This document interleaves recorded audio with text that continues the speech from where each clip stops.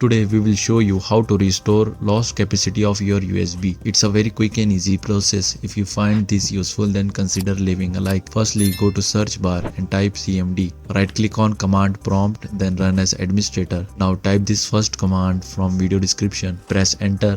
Type second command. Press enter. Now right click on start button. Click on disk management. Find your removable disk number. In my case it is 2. Now go back to command prompt and type select disk 2. Press enter. Then type this fourth command. Press enter. Type this fifth command. Press enter. Then type this sixth command. Press enter. Type seventh command. Press enter. Then type this last command. Press enter. Wait for it to complete. And that's it. I hope your problem will be solved.